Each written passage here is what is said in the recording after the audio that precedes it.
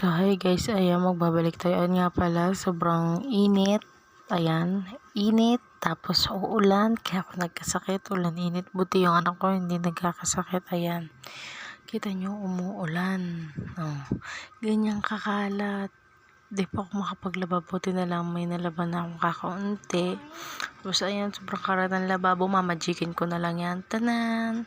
Malinis na ulit. Tapos ayan, kaliligpit ko lang ng hiniga, nagkalata agad yung anak ko. Ayan, kung mapapansin nyo, mainit, maglalabas na agad ako ng mabilis na labasan agad na sinampay. At mamaya ay uulan na naman.